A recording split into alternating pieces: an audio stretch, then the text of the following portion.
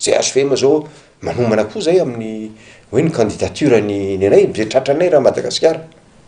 misy no alefa anatin'ny firaisakina am'ireo ataoko hoe commune zay iraisa amin'ny firaisakina mety misy ny tsy iraisa amin'ny firaisakina de anotsaka ny anay zay arak'izay tanjakay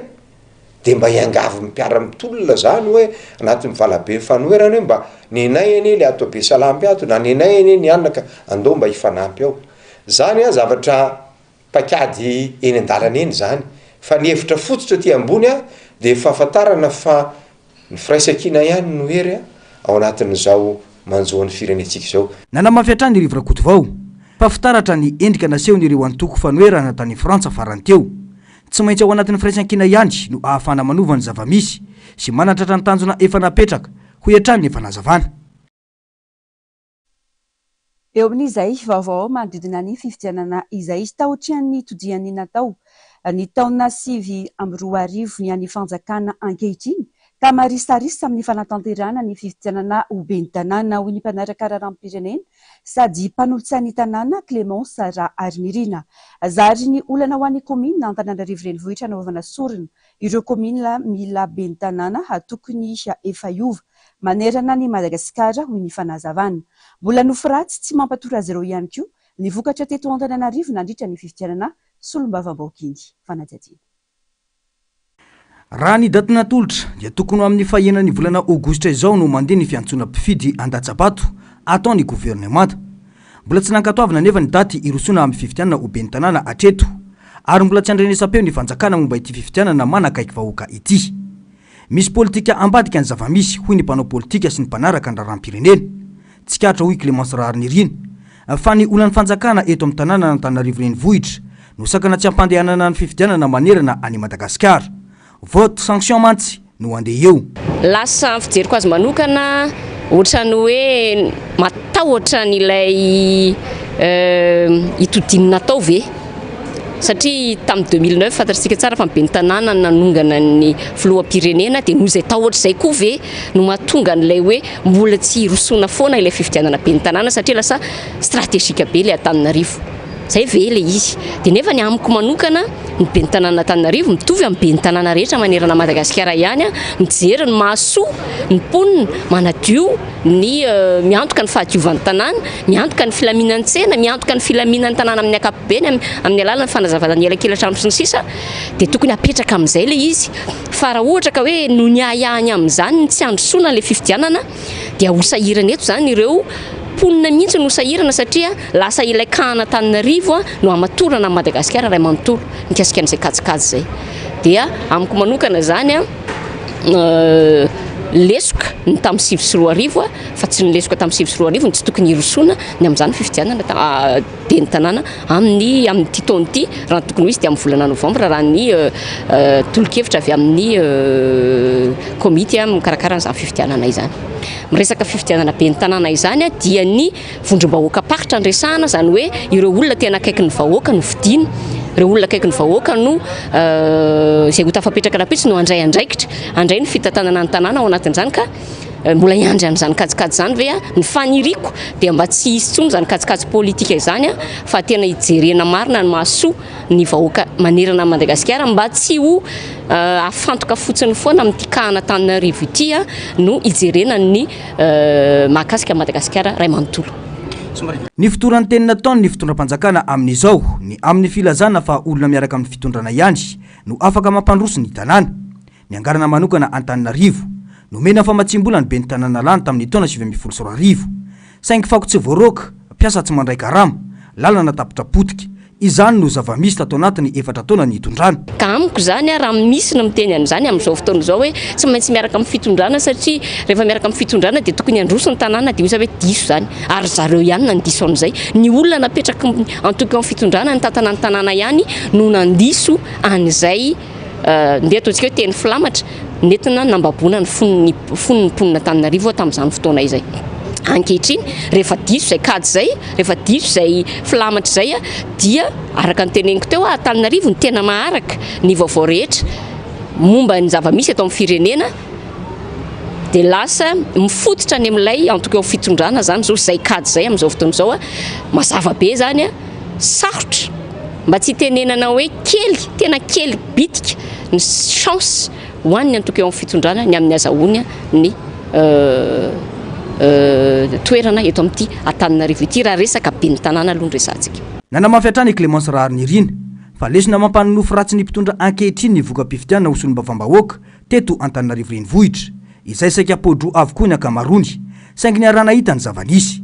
izay toe zavatra izay no zary sakana tsy irosona amin'ny fifidianana ho ben'ny tanàna manerana any Madagasikara na dia efa nisy aza ny tety andro natolotry ny seni ho an'ny gouvernemanta teo aloha.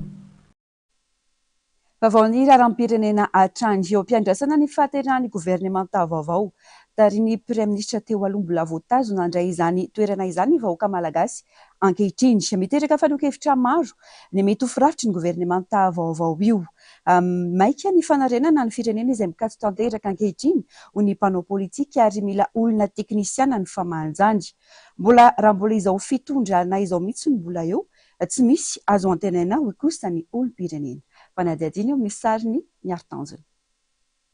Folo andro tsy aoriana nindrina ny praiministra lehibe ny gouvernemanta Sy Christian tsy mbola fantatra ireo ministra andrafitra ny gouvernemanta tariny. Taratrino tsy fahombiazan'ny gouvernemanta Tsay no mbola andovana ny olana ara-tsosialy sy ara-toe-karena eto Madagasikara hatramin'izao ho ny mpanao politika. Mila olona teknisiana ny firenena many olam-bahoaka. Le fahamendrehana eto araka ny teny hoe méritocratie zany dia tsy hoe mendrika satria nanoana n'ilay fitondrana fa mendrika n'ilay toerana sy ilay poste sy andraikitra zay nomena azy zany satria fantatra fa olona hitondra vahaolana ao amin'ilay secteur misy azy zany. Dikan'izay zany tsy azadino fa ny poste teknika no tena betsaka ao anatin'ny gouvernemanta poste teknika hoy zateo fa tsy poste politika zany. Ny zavatra mahazatsy atsika nefa dia saika politisiana daholo ny mandrafitra an'ilay gouvernemanta zany hanika lasa tsy mitondra makany amin'ny fampandrosoana fa kajikajy politika foana ny ao ambadika zany ahoana fomba hampandrosoana n'ilay antoko an'ilay olona zay misahana ny ministera io zany. Azadino anefa zany fa amin'izao fotoana izao dia efa misy zay kajikajy politika zay hoe misy olona zay ndeha ataoko hoe mety afaka mitondra fampandrosoana ty firenena ity fa omena poste izy ambassadeur any ampitan-dranomasina any mba tsy higéné an'ireo kajikajy politika ny fitondrana misy eto amin'ny firenena zany. Tsy olona ny olomanga ny firenena fa maro ny malagasy manam-pahaizana afaka andray toerana maha-ministra. Betsaka ireo manam-pahaizana malagasy zay ndeha ataoko hoe efa vokotra ikefa zany ary mahalala ny any ambany ravikazo any zany zay olona zay no afaka tsongainy ireo exécutif zany mba hapetraka eo anivony zany gouvernemanta zany mba hafahantsika tena miroso bebe koa zany am'izay fampandrosoana zay andrasany vahoaka malagasy am'izao fotoana zany satria tena leo problème socio-économique zany ny ankabeaza malagasy zany ka anjara ny fitondrana zany amin'ny alalany gouvernemanta zay tsanga eo hitondra vahaolana haingana amin'ireo olana sosialy zay misy iainantsika amin'izao fotoana zao. Maika ny fanarenana ny firenena izay efa mikatso tanteraka amin'izao fotoana izao ho ihany ny fanazavana. Anamafy zany anefa ny fahatarana amin'ny fananganana gouvernemanta. Hitatsika fa mikatso daholo zany ny raha-pirenena amin'izao fotoana zao raha ohatra ka resaka fa mahana olana ara-tsosialy sy toe-karena zany no andrasana ka raha ohatra retardé zany io fananganana ny gouvernemanta io dia vao maika hitombo ny ataoko hoe ny olana ara-tsosialy misy eto amintsika raha tsy resaka fotsiny tsika ny olana jirama sy ny resaka olana ny fahatapahan-drano io ihany koa ny olana ny ty compagnie Air Madagascar ty sy adadino fa ao anatiny ohatsy zao tanteraka isika zao dikan'izay zany tena ilaina ny afahantsika mitondra vahaolana amin'ny resaka transport aérien zany atao anatiny aloha zany satria mbola tsy takatsika ny resaka ndeha ataoko hoe desserte internationale zany ka anjasana zany ny ndeha ataoko hoe ny réactivité réaction ny fitondram-panjakana zany mahakasika an'izao olana ara-tsosialy misy zao satria raha ohatra ka hiandry lava foana isika zany dia sao sanatriny vava zany hitondra makany amin'ny explosion sociale. Nanomboka tamin'ny taona 2024 no teo amin'ny toerana mama praiministra lehiben'ny gouvernemanta azy Sy Christian hatraty amin'ny taona 2024. Hita taratra tao anatin'izany eo n'olom-pirenena ny fiamoran'ny firenena vokatry ny tsy fahombiazam-pitantanany. Na isy fanoloana ny ministra mandava-taona azy tsy misy antenaina ho ny fanazavana raha mbola izao fitondrana izao ia mafinoy izao azy ny zavatra mety iseho. Nahasorona ny ministra mino fa raha mbola izao fitondrana izao no mitondra i olona mitondra amin'izao fotoana izao ireo tsy manana olo-kafa mihitsy fa tsy maintsy ny eo ihany no mpiavadibadiny eo ny lasa ihany no averiny eo. Tsy maintsy izay manko dia tsisy tsisy fivoarana mihitsy raha mbola zao foana natao zany rehefa tsy miova tsolo zao résime zao de mifatsana tsy maintsy mitombo atsany any tsy hoanananasa mitombo ny zavatra zay atao rehetrarehetra tsy na tsisy zavatra tanteraka na ray tena antenainy vahoaka dia ny fisian'ny asa zany hoe amin'ny mahatanorana dia ny olako zao raha ohatra hoe amin'izao fotoana zao dia resaka asa dia izay zany mba tiana endrasana hoe fanokafana asa ho amin'ny tanora. Miandratra fanovana goavana ny malagasy ialana anatin'izao fanotrana lalina izao mila olona mendrika manana traikefa rehetra hatongavana amin'ny tanjona dia ny fampandrosoana aingana sy maritra eto amin'ny firenena. Izay ny makasika ny politika fa ivadika lafim-baovao hafa isika makasika indrindra ny fampianarana. Lasa andraikitry ny komina amin'izao ny mitaona ireo lahazadina baccalauréat. Tsy ny fitaomana ireo lahazadina ihany fa eo ihany koa ny fiantohana ireo mpitandro ny filaminana mandritra ny fotoam-panadinana. Misy amin'ireo komina noho izany no mandray fanapahan-kevitra manokana mba hialana amin'ny faniliana andraikitra raha sanatria ka misy ny mety ho fivoahana lahazadina mialo ny fotoana raha ny loharanom-baovao sy ny fanadihadiana izay natao ny mpanao gazety. Fanadihadiana. Nandefa taratasy teny anivon'ny komina ny ministera ny fampianarana ambondry ny taona 2024. Taratasy mangataka fanampiana arabola ho fanamboarana ireo fiara ny ministera hitomana ny lahazadina baccalauréat. Betsaka tamin'ireo komina no nitsipaka izany raha ny loharanom-baovao azo. Ny alarobia lasa teo ary dia namory ireo ben'ny tanàna ny lehibe ny distrika ary nilaza fa andraiky ny komina manomboka izao ny mitaona ireo lahazadina baccalauréat hiatrehana fanadinana nanomboka androany. Ny sabotsy teo no voalaza fa akana ireo lahazadina teny Ankatso. Mazava nefa ny voalaza ny lalàna fa niresaka fampandrosoana eny fotony toy ireo fotodrafitrasa no andraikitry ny komina fa tsy ny fanabeazana toy ny fitaomana ny lahazadina izay tena saripady. Tsy nijanona teo amin'ny fakana ireo lahazadina ihany anefa izany fa hatramin'ny fiantohana ireo mpitandro ny filaminana mandritra ny fiatrehana ny fanadina-panjakana baccalauréat dia natsipy ho andraikitry ny komina ihany koa raha ny fanazavana azo. Famezan-tanana ny komina no resaka hoe makany sujet anabaka. Le fangalana le sujet anabaka aloha mareny tona fa tsy eo anatin'ny tena andraikitry ny komina tsy collectivité le izy satria ny anay ny infrastructure ny texte milaza fa ny EPP zany ny infrastructure ana EPP ny tena andraikitry ny commune, ny infrastructure ana CEG andraikitry ny région, ny infrastructure ana lycée andraikitry ny ministère. Saingy ifanomezan-tanana moa ny fampandrosoana ny Madagasikara ka ny commune misy commune miezaka manao lycée, manao CEG, manao EPP.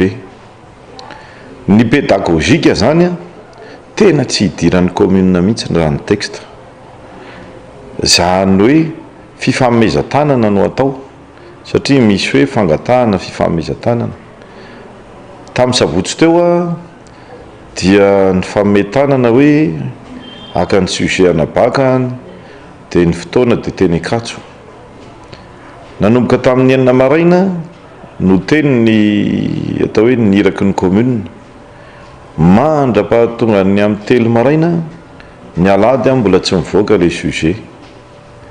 Zany hoe tena tsy misy fandaminana mihitsy zany. Omaly ariva dia mbola ny angaviana koa ny commune mba hijery maha-olona ny mpitandro filaminana zany ny gendarme amin'ilay atorina eny amin'ny centre d'examen. Tsy mbola nisy an'izany koa taloha satria tonga dia efa mirindra daholo ny taloha. Tsy maintsy nisy ny fanapahan-kevitra noraisiny mba hialana amin'ny mety ho faniliana ny tsy fahatomombanana ho an'ny commune amin'izao fanadina-panjakana izao ho hiatrany ity ben'ny tanàna ity. Tapaka noho izany fa nisoloka ihany no iantoan'ny commune amin'ny andraikitra vaovao nomeny ministera ho hiatrany ity ben'ny tanàna ity. Ny commune vonona manome tanana satria fanomezan-tanana ny fitantanana Madagasikara. Mba hisorohana nefa ny sanatria mety ataontsika hoe fiodonana resaka na fivadihan-resaka dia mijanona ny commune tao anatin'ny fivorinana taona Androany alatsinainy eo amin'ny fanomezana tomobile sy ny chauffeur tsy manome intsony zay fa kosany andray anjara zay amin'ny resaka carburant. Ny antony ny ben'ny tanàna Ampitatafika dia ao anatin'ny antoko tiako Madagasikara ka manahirana so sanatria mampisy disadisa raha misy fitina sujet ny tenako manokana tsy mipotra mihitsiny amin'io fa hiraka no ampanaoviko amin'ny fotoana io tokony ny service amin'ny déconcentré no mifammetanana kokoa ohatra raha tsy manana fiara ny Cisco sao dia mba manana fiara ny district dia reny no mifammetanana kokoa izay vao miditra aty aminay collectivité décentralisée ny commune zany satria ny commune dia fantatra fa manana frais anara-politika na indépendant ary izy dia manana frais ana-politika foana ka sao dia mifanimba zany dia tsy tsara loatra zay fa vonony zay ny fammetanana amin'ny resaka carburant. Raha ny fanomanana ity fanadina-panjakana ity dia aotra no noty azon'ny ministera ho ihany ny fanazavana ny hirariana ho ity bentanana ity dia izotra ampilaminana ny fanadinana ary samihatrika izany ampitoniana ny zaza malagasy fa raha ny fanomanana dia tsy misy mihitsy ho an'ny ministera voakasika atreto mbola tsy nandrenesam-peo mahakasika izao vaovao izao ny eo anivony office du bac. Mijany eo amin'izay vaovao izay ihany nanomboka androany alatsinainy 20 jolay ka tsy farany raha tsy ny 20 jolay ho avy zao ho an'ny baccalauréat ankapobeny hitohatra amin'ny 2 aogositra kosa izany ho an'ny baccalauréat teknika manerana nosy tamin'ny ankapobeny ny lamina ny fanombohan'ny fanadinana izay nosantarina tamin'ny taranja filozofia ny tapany maraina ny taranja anglisy kosa ny tolakandro araka nambaran'ny tompon'andraikitra sy ny fanadihadiana tao amina ivitoeram-panadinana iray teto Andrenivohitra sitraka Ratovinambintsoa Mathieu Princy. Indrindra tamin'ny ankapobeny ny fanombohan'ny fanadinana baccalauréat ho an'ny teto amin'ny ivitoeram-panadinana eto amin'ny lycée Apeflo izay nandray manokana ireo mpiadina amin'ny baccalauréat teknika. Tamin'ny fitora maraina ny fampidirana ireo mpiadina nanomboka tamin'ny fitora sasany kosa ny fikatrohana ny lazahadina filozofia. Misy 20 ireo mpiadina ho an'ny sokajy teknika tonga nanao fanadinana teto. Mpiadina iray kosa ny tsy tonga tamin'ny maraina. Ny taranja filozofia nanombohana ny fanadinana ary ny taranja anglisy kosa manaraka azy. Ho anay tsy nisy ankizy nanadino convocation aloha raha teto amin'ny centre ny LMA fa raha sanatrika misy zay dia ny zavatra tokony atao sy ataonay dia izao hoe verifienay hoe voasoratra anarana marina ve ilay ankizy ka raha mahazo avalina avana zay fa inscrit le izy dia mitovy ihany koa ny sariny sy zay rehetra lazainy amin'le fisy aty aminay dia ampidirina izy fa saingy ny arivan'io ny épreuve manaraka tsy maintsy mitondra le convocation avy any an-trano izy mikasika ny ho an'ny fampianarana baccalauréat ho an'ny teknika dia miova isaky ny miova par jour par demi-journée ny isan'ny effectif ny ankizy tonga miadina atao ho an'ny teknika amin'ny ankapobeny satria misy ny ankizy tsy manao filozofia ohatra fa manao matiera hafa izy dia andro marina zao filozofia dia rehefa tsy ataony filozofia dia tsy miakatra izy dia reo ankizy TGC ireo ihany zao nanao filozofia dia miakatra izy. Samy nanana ny fahitany lazahadiny ireo mpiadina azo lazaina ho mora ihany zany raha ny faneho-kevitra. Raha ho an'ny tapa-maraina aloha izy tsy azo lazaina hoe mora ihany satria nakamaroany natao zao le presque efa natao tany ampianarana ihany lera voatsy tena marana anazy koa dia voatsy dia ihany tsy dia sarotra be eny atonontonony ihany lama tsara aloha hatreto resaka histo-géo resaka le mifidy foana dia izay ihany. Ny taintaina manohana ireo zanany kosa ireo ray aman-dreny. Amin'ny ankapobeny zany azo lazaina fa lamina anisana mihery anisana prisika zay moa no anjaran'ny ray aman-dreny satria ny ray aman-dreny dia mitady ny zavatra tsaratsara foana ho amin'ny zanaka dia na miezaka na moral. Raha tsy aivina dia 7,7 sy 2 sy 4 hetsy ireo mpiadina baccalauréat amin'ity taona ity nitombo 2,5 isan-jato zany raha ampitahina ny tamin'ny taon-dasa 7,7 sy 7,2 sy 2 hetsy amin'izy ireo no amin'ny sokajy ankapobeny 2,7 sy 2 sy 2 kosa ho an'ny sokajy fiofanana arakasa sy teknika izay mbola hitohy ny 7 jolay ka hatramin'ny 1 volana aogositra ny fanadinana andiany faharoa. Pejy ny toe-karena miatraiky amin'ny vantana amin'ny fiariana sy sosialy bahoaka ny tsy famarina toerana ny ara-toekarena eto Madagasikara. Aina iamafy zany raha tsy misy ny vahaolana anarenana azy ho ny pay toekarena. Faranjady. Ambany ary miaverylanja ny arara ampitaina amin'ny vola fampiasa iraisam-pirenena. Antony maro no mitarika izany ho ny pay toekarena. Goavana amin'izany ny tsy fampiny fidiram-bola vahiny eto Madagasikara, betsaka ary mitombo ny entana farana noho ny entana ondrana. Misy fiantraikany goavana amin'ny toekarena indrindra ny vidim-piainana izany. Ny volantsika lasa tsy maintsy midina noho ireo fanafarana entana izay ataontsika hoe tsy maharaka ny fiditry ny vola vahiny amin'ny alalan'ny fanondranana entana sy ny vola izay miditra amin'ny alalan'ny tourisme sy ny fampiasam-bola sy ny aide sy ny findramam-bola vahiny izay ataontsika rehetrarehetra eny zany tsy maharaka zany le izy zany. Rehefa midina toy io zany ny volantsika tsy maintsy mialafo ny zavatra izay afaratsika dia manano sarotra zany zay manasarotra ny lese ampiarina amin'ny akapobe amin'intsy zany ka metraika zany any amin'ny ao amin'ny facilité an'ny resaka fanaovana ny entrepreneuriat sy ny famokarany production amin'ny akapobeany fa ihany koa zay metraika any amin'ny isam-batan'olona lasa manana fironana hiakatra daholo ny vidiny entana rehetrarehetra, lasa miakatra amin'ny akapobeany amin'izay le vidim-piainana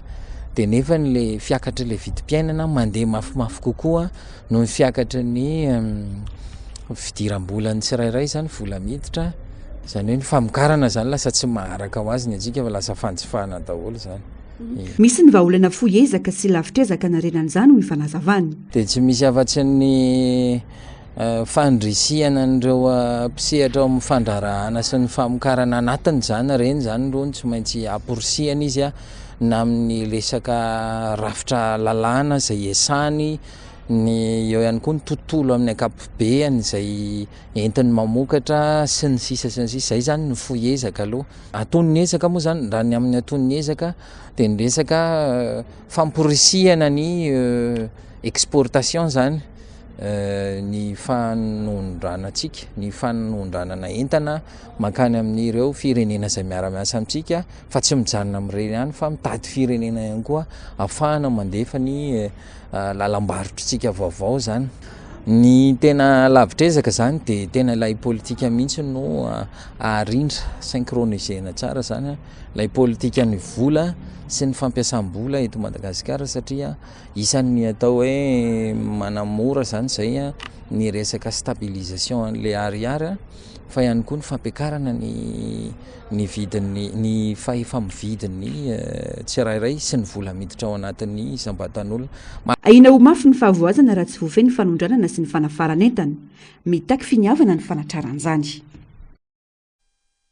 Niatrika fivoriana ara-potoana mandritra ny 3 andro ireo mpanolotsaina ny tanàna n'Antananarivo nanomboka androany. Isan'ny teraka hevitra mafy ny mahakasika ny fanotofana tany eto Antananarivo renivohitra. Raha ho any androany dia milaza ho tsy afa-po amin'ny valiteny momba ny fanotofana tany mirefy 500 sy 500 hektara ireo mpanolotsaina ny tanàna. Germaine Menjanary no mitatitra ny antsim-prim-baovao eo amin'ny sary sy rindran-tsary ny mbola avatsara. Laha dinika isan'ny miteraka adihevitra teo anivony mpanolotsaina ny tanàna Antananarivo androany ny mahakasika ny plan urbanisme eto amin'ny tanàna Antananarivo. Isan'ny voaresaka tao anatin'izany ny fanotofana tany etsy amin'ny tsinanan'ny Rokada, izany hoe miainga avy eo amin'ny Maremasay mivoaka eny Ambohimangakely. Voalaza mantsy fa voarara ny fanotofana tany saingy mbola hita ny fisian'izany eo anivony commune Antananarivo renivohitra. Ny tena olana hoy ny fanehoan-kevitry ny mpanolotsaina Toavina Ralambomahay dia voalaza fa fakan-kevitra ihany no atao amin'izy ireo fa anjaran'ny filohan'ny délégation manokana ny tanàna na ny PDS no manapaka na ekena na tsia ny manodidina ireo ladinika mahakasika ny fanotofana tany. Manao ramble ve satria ao anatin'le tarantota taratasy efa ho 570 pejy dia misy fanotofana tany tsy ara-dalàna. Fanontanena zany hoe fa inona zany nataon'ny commune urbaine Antananarivo izahay zany no mahatonga zany hoe tsy misy manototra tany nefa lazaina ato fa tsy ara-dalàna. Misy koa ny fomba fiompiana fambolena na agriculture urbaine hoe misy toerana pollué zany hoe maloto be le satria ny rano maloto ny tanàna zany tonga de milatsaka ao anatin'le anaovana fambolena sy fiompiana de tsy ekena. Misy kosa nefa eo akaiky eo tsy lavitra eo de misy ndray ekena. De eo zany fanontaniana hoe zay no dinihana mandritra ny 3 andro zay asa zay ho tapaka eo hoe inona no fepetra raisin'ny commune urbaine Antananarivo. Ny fahatelo koa de hoe manaraka koa de hoe hevitra fotsiny no angatahana aminay fa tsy fanapahan-kevitra hoe ekena na tsy ekena zany hoe na tsy ekena raha le zany de mety ho ataon'ny zareo ihany le izy. De zay zany zany ady hevitra eto hoe inona moa zany tena anton'le fakana hevitra raha ohatra hoe tsy ho arahana akory le izy avy eo. Efa nisy zany ohatra hoe tamin'ny nidiny ben'ny tanàna ny Andretsotoaina sy ny Mapara ohatra ny 13 mai de hevitra fotsiny nalainay de tonga de nampiarina le zany de lasa nidina Ntormo sy Aimé Clémence Rahanidina tamin'ireny de nazava hoe hevitra fotsiny le izy de ohatran'izay ihany koa ty. Misy koa ny trano zany hita fa difotra rehefa avy ny onana de fanontaniana de zareo ihany mametraka fanontaniana hoe inona raha zany no atao satria misy ohatrany hoe ikopa tsy tafavoaka na le Opasimbe tsy tafavoaka satria mifandona le rano de miakatra le rano de tratra daholo le trano manodidina eo. Zany hoe fiainan'ny vahoaka Antananarivo Sambomangakely sy anankitelo moa zany le commune nato no dinihany eto de momba sakafo momba ny trano momba ny rano miakatra zany hoe tena manandanja kosa aloha zany ity lahadinika anankiray ity. Tany mirefy 500 sy 500 hektara no voakasika ao anatin'ny lahadinika ity raha ny fanazavana atrany. Izany hoe mbola kely ny etsy 67 hektara. Zavatra goavana izany ka tokony akana fotoana malalaka tsara ny fandinihana azy hoy kosa i Clémence Rahanirina. De namola volany tena niveau ministère de nefa anahoana mety ho fiatraikan'izay raha pitso raha afaka pitso ho an'le tanàna Antananarivo mihitsy. Zay mahatonga ana miteny hoe raha ny faniriko amampandrotsahana de tokony tena commune mihitsy no ny andraikitra n'izany hoe drafim-panajariana ho an'ny commune urbaine Antananarivo zany. Marina fa le tetikasa tsy mahakasika irery ihany ny commune urbaine Antananarivo fa ireo commune manodidina ihany koa de tokony ireo teknisiana avy amin'ireo commune manodidina ireo any amin'izay faritra anaovana ny fanajariana no tokony hiara-niketrika sy ny kondo ny amin'izany fanajariana izany satria zareo ny tena mahafantatra ny pitsopitso any anatiny faritra izay misy azy. Fa izy ity moa zany de ny ministère namola vola azy nambara taminay fa tafiditra ao anatin'ny comité de pilotage ny commune rapitso ao anatin'ny séance plénière ihany angamba ny everiko hoe anatanterahany zareo anazy fivoriany Tambarambe ho avy eto raha ny voalaza teo ny eo anivy ministère fanajariana antany afahanay mametraka fanontaniana satria raha ny androany aloha de tsoriko zay aloha tsy afapo za manokana satria tsy nisy valiteny tena mahafapo afahanay manapaka mikasika an'izy ity aza donona fa ity drafitra ity de mahakasika ny 500 sy 500 hektara be zao izay iankina no aviny zao Antananarivo zao rapitso de nefany tsy misy tena hoe teknisianina mahafehy zany na afahanay na azo valiteny mahafapo ho an'ny androany. Aritra 3 andro ny fivoriana tanterainy ireo mpanolotsaina ny tanàna ny commune Antananarivo ireto. Andrasana ny fivoaram-baovao. Vaovao ny trangam-piarahamonina sakao isan'andro no ahitana sy andrenesana lozam-pifamoivoizana eto Andrenivohitra. Tamin'ny taona 2020 ohatra, olona 9 isam-bolana namony eny vokatry ny lozam-pifamoivoizana raha ny taremarika. Ny tsy fitandremana no tena antony mahatonga ny loza ny tsy fitandreman'ny mpamily sy ireo mpandeha an-tongotra. Manadihadiana nataony Ondrosoa Fifaliana Matheo Princy. Mirongatra ny lozam-pifamoivoizana dia mafitopolo ireo namony ainy 730 sy 500 kosa ireo naratra. Ireo ny vokatry ny lozam-pifamoivoizana teto Andrenivohitra tamin'ny taon-dasa. Tsy mitsaha mitomba nefa izany raha ny zava-misy iainana andavanandro. Mirongatra ny lozam-pifamoivoizana eto Antananarivo renivohitra araka ny fanadihadiana ny tsy fitandreman'ny-mpamily noho ny tsy fahafehezana ny lalàna mifeny fifamoivoizana ary ny olana ara-teknika an'ireo fiara ny amamoana ny tena anisan'ny mahatonga ny lozam-pifamoivoizana. Raha ny fanadihadiana dia maro ireo mpamily indrindra ny mpamily kodiaran-droa no tsy manana fahazon-dalana amily ka mitera-doza izany. Ao ihany koa ny tsy fanajan'ireo mpandeha an-tongotra ny lalàn'ny fifamoivoizana ary indrindra ny faharatsian'ny lalàna. Maro loatra amin'izao ny tanora ary misy ary tsy amin'ny taona akory dia mitondra moto nefa tsy manana fahazon-dalana. Zay aloha ray dia rehefa tsy manana fahazon-dalana ianao dia izay tsy mianatra dia tsy mahay ny lalàna mifeny fifamoivoizana dia manao tao foana ny an-dalana. Zay antony ray teraka loza. Faharoa koa mety tsy fitandremana na hoe manana izay fahazon-dalana zay rehefa. Ny resaka fiara dia ohatr'izay ihany koa mety tsy mahay mihitsy le olona tsy mahay an'ilay lalàna fifamoivoizana fa mety mahay fa manao adalàna fotsiny tsotro zao tsy manaraka an'le izy dia zay koa antony miteraka ny loza zao lalana aloha za eny atao hoe kely any lalana atao amintsika fa le lalana efa tery dia tsy fantatra tsony koa le izy hoe lalana misy lavaka vesa lavaka misy lalana mila amboarina tao le rehetra rehetra zay le moto zany toko amina ampianarina code de la route fa tena manaonao foana amin'ny moto reny fitandreman'ny mpandeha tongotra koa mpandeha tongotra lasa eny ampovoan'ny arabe mandeha ny akamaroan'le mpitondra moto aloha misetrasetra le mpitondra moto sasany dia zay mety mahatonga le loza moa eo koa tsy fitandremana zany ilaina ny fanavaozana ireo fotodrafitrasa mahakasika ny lalana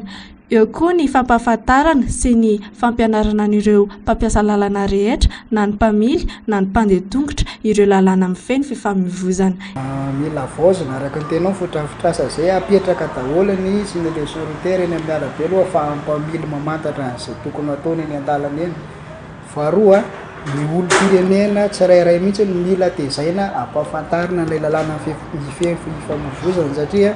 tsy ny mpitondra moto sy mpitondra fiara ihany no mampiasa ny arabe fa ny olona rehetrarehetra na mpandeha tongotra dia tokony afantatra zany mpandeha tongotra hoe tokony epita vesa tsy tokony epita eto na hoe manahoana fomba fampiasana an'ity fiampitany mpandeha tongotra hoe betsaka ihany koa ny mpandeha tongotra tsy manaja ny fiampitany io tsy hoe tsy manaja fa manao amboletra izy zany rehefa tonga eo na efa kaiky tely ary ny fiara dia mbola miezaka mpita tokony ampahafantarina an'io ilay tezaina io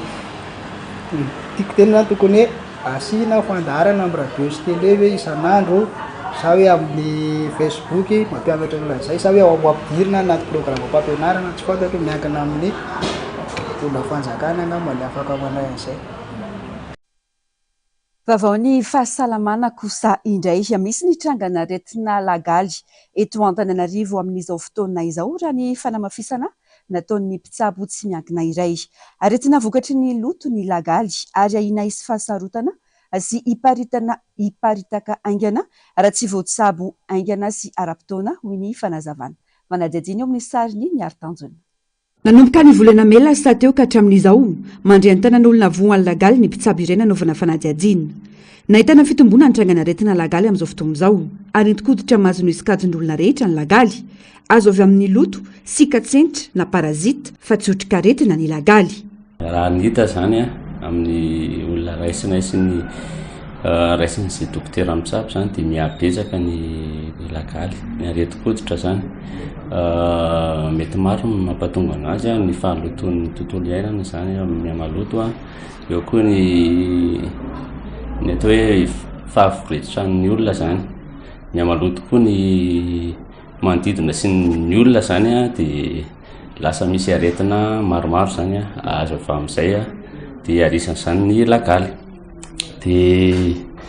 dia arak'izay moa zany dia avy amin'ny fahaloton'ny an'izay ny azahoana anazy dia ny fomba fitrangany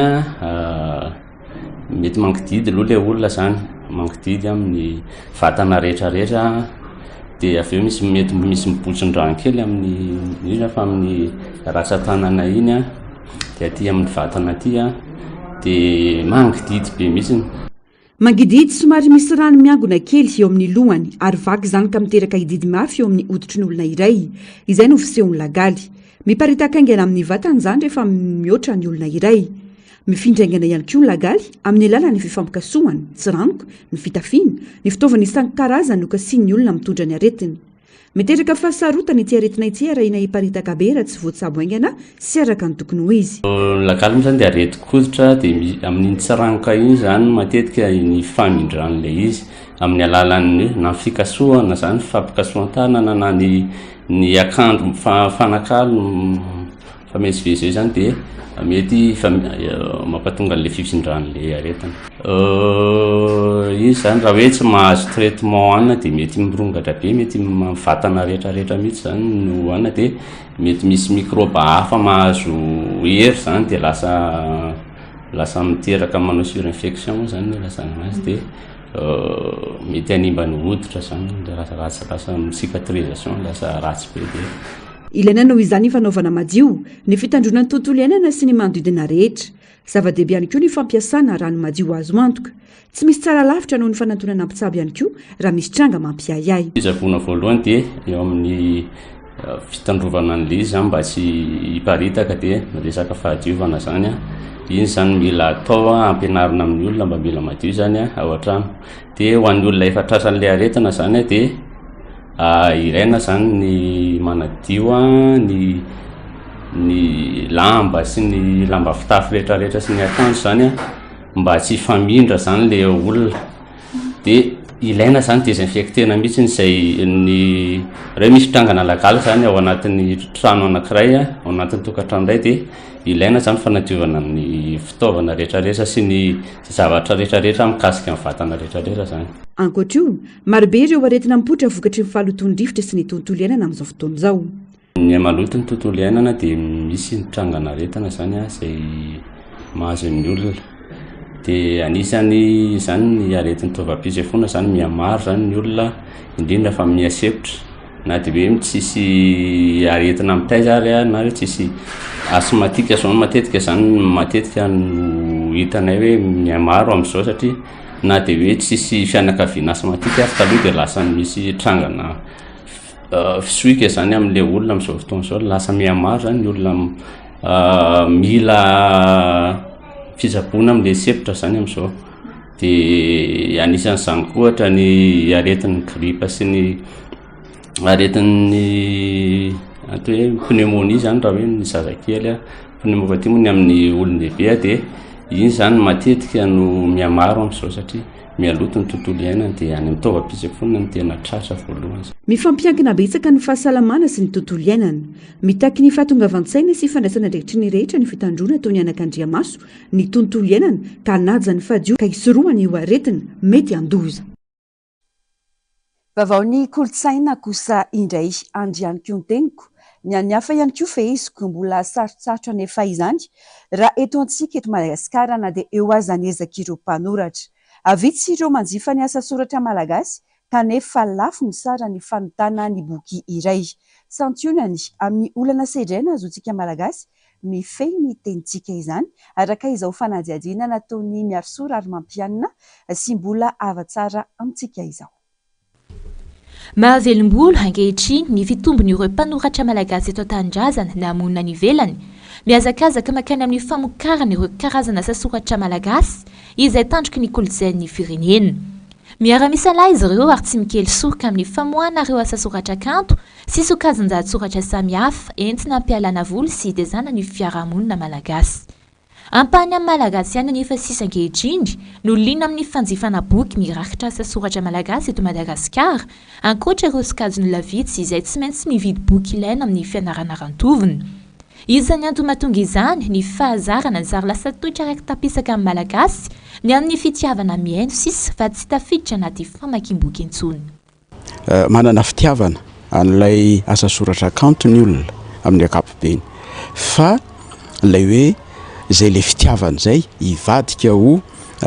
fividianana boky amin'ireny asa soratra kanto ireny eo zany no misy zavatra tsy mirindra satria tian'ny olona ny tononkalo sy ny tahakan'izany fa aleony amakiana zany hoe misy olona zany miantsa dia miaino izy ary mankasitraka toy izay hoe hividy izy dia hamelatra boky dia hamaky.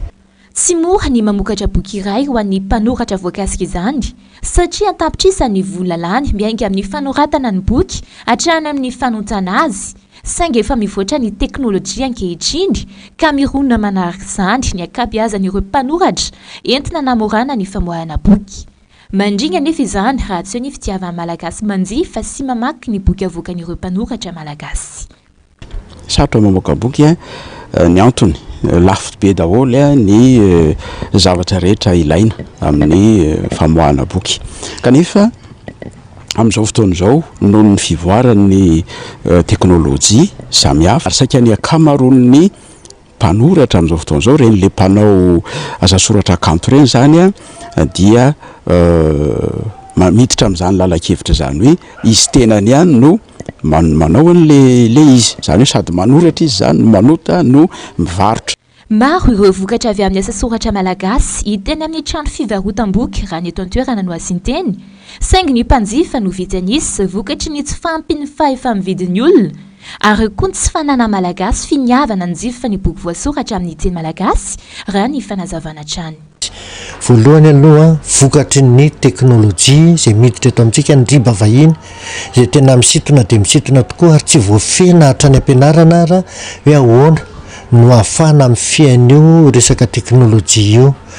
dia ahafaharoa manarakaraka izany a ny fahefany vidy na eo amin'ny mpamokatra boky na eo amin'ny mpanota boky na eo amin'ny mpanjifa ny boky izay mpamaky boky zany dia misy fiatraikany be dia be io amin'ny fiainantsika malagasy ary izany ny anisan'ny mampiaina ilay tany mpamaky boky amin'izao fotoana izao. Ankoatra ireo soatoavina raketiny asa soratra malagasy dia isan'ny fitaovana miazona ny teny malagasy tsy ho aingam-piova izy manoloan'ny fivoarana entiny fandrosoana ankehitriny satria mitahiry ny teny velona iraisan'ny malagasy rehetra. Tsy aivina moa fa misy ny fandarana azy sanandratana ny teny malagasy amin'izao fotoana izao fa tsy mijanona tamin'ny iray volan'ny teny malagasy nandritra ny volana jona teo ihany izany. Manoloan'izay tsy mitsahatra mampivoatra ny fikarohana ataony eo anivon'ny akademia malagasy sy ireo mpampianatra mpikaroka amin'ny fanomezan-danja sy fanandratana avy ny teny sy asa soratra malagasy. Amaranana ny fampahalalam-baovao ny maresaka avy any ivelany. Mitohy hatrany ny fanafian'ny Israeliana ny fanjakana jiosy. Ny Seranatsambo no Deida no lasibatry ny Israeliana ny farany herinandro teo. Vokany tobin-tsolika iray no niaran'ny famaizana. Manoloan'izany dia naneho firaisan-kina sy fanohanana ara-pitaovana ho an'ny vahoaka jiosy ny Yemenita mba ampitsarana ny herisetra sy ho fanampiana azy ireo. Harantsika ny fanadihadiana. Toby fitehirizana solika ary toby famokarana herinaratra no lasibatry ny Israely omaly alahady 420 ora mahery taorian'ny daroka bomba nataon'ny Israelita tao amin'ny Seranatsambo Deida ao Yemen. Izany dia setry ny fanafiana dorana nataon'ireo mpikomy Yemenita izay maneho firaisan-kina amin'ny vahoaka palestiniana ny amin'ny tokony ampitsarany Israely ny fanafiana palestiniana. Nanambara moa ireo mpikomy Yemenita fa tsy ampemitra azy ireo ny fanafiana Israeliana fa vao mainka aza namafinetsika taona oresy tsy aomby ary hiarany loza lehibe kokoa noho ny hatramin'izay ny Israeliana monina Palestina. Atahotra kokoa noho ny hatramin'izay ary tsy maintsy ho tsapan'izy ireo fa mitarika azy ireo any amin'ny loza ny mpitarika mahery setra sy mpanao heloka vehivavy ho hiatrany ireo mpioka Yemenita. Tetsakilan'izany laza ny tafika Israeliana fa nanakana amin'ny bomba makany amin'ny toeram-pialatsasatra an-dranomasina ao amin'ny ilany atsimo fanjakana Hebreo izy ireo. Tifitra iray avy amin'ny fitaovana tohanan'ny Iraniana. Noharonan'ireo mpioka Yemenita koa ny Israelita nilazany fa ho lehibe ny valifaty manoloana ny fanafiana namoizana ain'olona enina tao amin'ny Seranatsambo Deida. Marihana fa hiditra amin'ny 10 izao ny ady eo amin'ny Israely sy ny Palestina ao amin'ny bande de Gaza. Tapitra ny fampahalalam-baovao tombo-kilasy tongovavy mankasitraka fiainanao nanaraka ny vaovao hatramin'ny farany toy ny mahazatra ny fandarana Global News no rainao vitrany aorin'izao fampahalalam-baovao izao. Aorin'izay kosa ny horonan-tsary mitondra ny lohateny hoe Boss Level. Ny tenako tombo-kilasy tongovavy mametraka ny veloma mandrapitafa ho amin'ny rabitsindray. Veloma tompoko.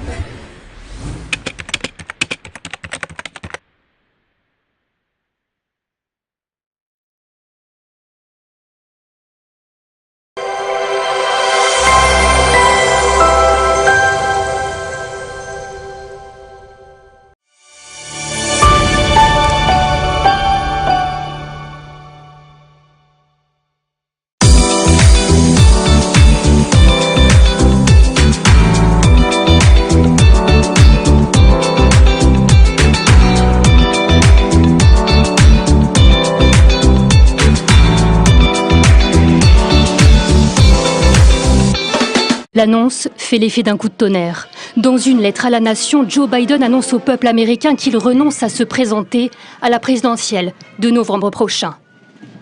C'est le plus grand honneur de ma vie, d'avoir servi en tant que président. Mais dans l'intérêt de mon parti et de mon pays, je dois renoncer. Depuis plusieurs semaines, sa santé était au cœur de toutes les préoccupations. Avait-il toutes ses capacités cognitives? Doute exacerbé après sa prestation calamiteuse au premier débat face à Trump, où il ne parvenait même pas à finir ses phrases. Il faudra s'occuper de... Vous voyez, si... Les uns après les autres, les élus démocrates le pressaient de renoncer à la course à la Maison-Blanche. Même l'acteur George Clooney, soutien indéfectible, l'appelait à se retirer. Alors qui pourrait être candidat à sa place? La vice-présidente Kamala Harris semble être la candidate naturelle pour lui succéder. Mais le Parti démocrate pourrait aussi choisir un nouveau candidat en août prochain à la Convention.